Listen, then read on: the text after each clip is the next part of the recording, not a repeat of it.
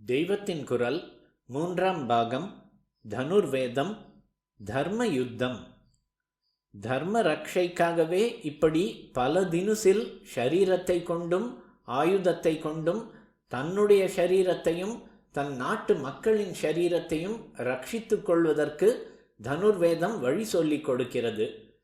எந்த போர் முறையானாலும் இன்னின்ன ஒழுங்கு முறைகளின்படி செய்ய வேண்டும் என்று அதற்கு வியவஸ்தை பண்ணி தர்ம யுத்தம் என்று வைத்திருக்கிறது.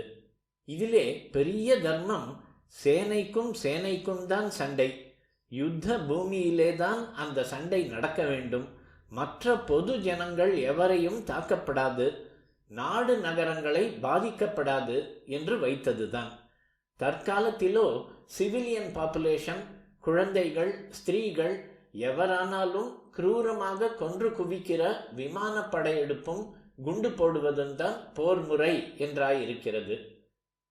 அத்துமீறி பண்ணினவர்கள்தான் முற்காலங்களில் நாடு நகரத்தில் புகுந்து நாசம் பண்ணியும் தீ வைத்தும் ஜலாசயங்களில் நீர்நிலைகளில் விஷம் கலந்தும் ஸ்திரீகளை மானபங்கம் செய்தும் யுத்தம் செய்தது. இவர்கள் ரொம்பவும் குறைச்சலே. துருக்கர்கள் முதலான அந்நிய தேசத்தவர்கள் இந்த மாதிரி முறைகெட்ட காரியங்களை செய்ய ஆரம்பித்த பின்தான் இங்கே இவை சற்று பரவின. அவர்கள் இப்படி அக்கிரமம் பண்ணின போது கூட சிவாஜி முதலான ஹிந்து ராஜாக்கள் சத்ருக்களை சேர்ந்த ஸ்திரீகளுக்கு கெடுதல் பண்ணாமல் காப்பாக பல்லக்கிலே ஏற்றி போக வேண்டிய இடத்துக்கு அனுப்பி வைத்திருக்கிறார்கள். பாபங்களிலும் பிராயஷ்சித்தமே இல்லாத சில மகா பாபங்கள் உண்டு. இவற்றை பண்ணினவர்களுக்கு ஆததாயி என்று பேர். தர்ம யுத்தமாக ஷரீர ஆயுத பலங்களை மட்டும் காட்டி ஜெயிக்காமல் நெருப்பு வைக்கிறவன், விஷம் வைக்கிறவன், நிராயுத பாணியாக இருப்பவனை ஆயுதத்தால் கொல்பவன், கொள்ளையடிக்கிறவன், நிலத்தை பிடுங்கிக் கொள்கிறவன், பரஸ்திரீயை அபகரிக்கிறவன் ஆகியவர்களை ஆததாயிகளின் லிஸ்டிலேயே சேர்த்திருக்கிறது.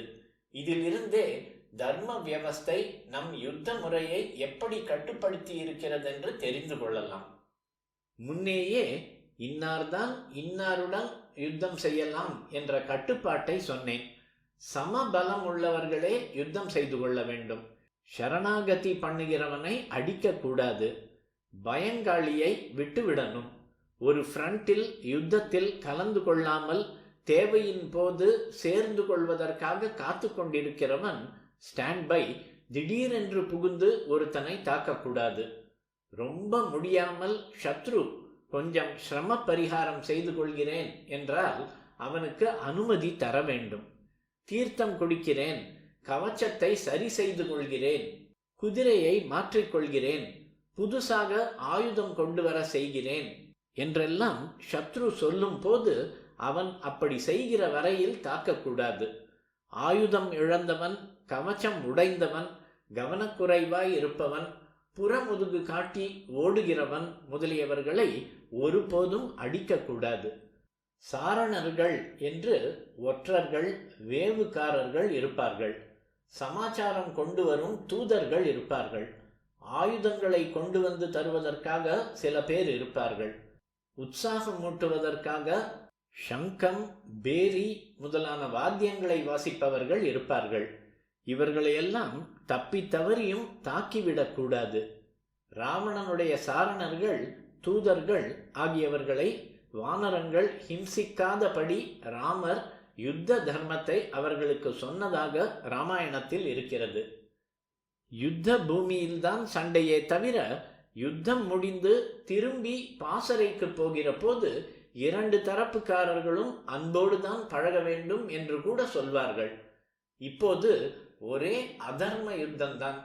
கெமிக்கல் வார்ஃபேர் என்று ஜலத்திலும் அட்மாஸ்பியரிலும் விஷத்தை சேர்ப்பது, ஸ்கார்ச் எர்த் என்று நிலத்தை சாகுபடிக்கு பிரயோஜனம் இல்லாமல் எரித்து விடுவது எல்லாமே சகஜமாக செய்யப்படுகின்றன. நமக்கு அர்த்தம், காமம் எல்லாமே அனுமதிக்கப்பட்டிருந்தாலும் தர்மம், மோக்ஷம் என்ற இரண்டாலும் இவற்றுக்கு இரண்டு பக்கமும் வரம்பு கட்டி தர்ம, அர்த்த, காம, மோக்ஷம் என்று வைத்து விட்டதால் யுத்தம் உள்பட எல்லாமே அததுவும் லட்சியமாய் விடாமல் தர்ம வாழ்க்கை, வீட்டு பேறு என்ற லட்சியங்களுக்கு அனுகூலம் செய்யும் சாதனங்களாகவே ஒழுங்கு செய்யப்பட்டன. இப்படி தர்மத்தோடு இசைந்து செய்யும்படியாகவே ரிஷிகள் அமைத்து தந்த போர்க்கலைதான் தனுர்வேதம். பாரத யுத்தத்தின் போது சந்தியாவந்தனத்தில் அர்க்கியம் தருகிற வேளை தப்பி போகிறதே என்று சேனா வீரர்கள் ஜலத்தை தேடிக்கொண்டு போக அவகாசம் இல்லாததால் புழுதியையே எடுத்து அர்க்கியம் தந்தார்கள் என்று வியாசர் சொல்வதிலிருந்தே யுத்தம் எப்படி தர்மாச்சாரங்களோடு சேர்ந்திருந்தது என்று தெரிகிறது.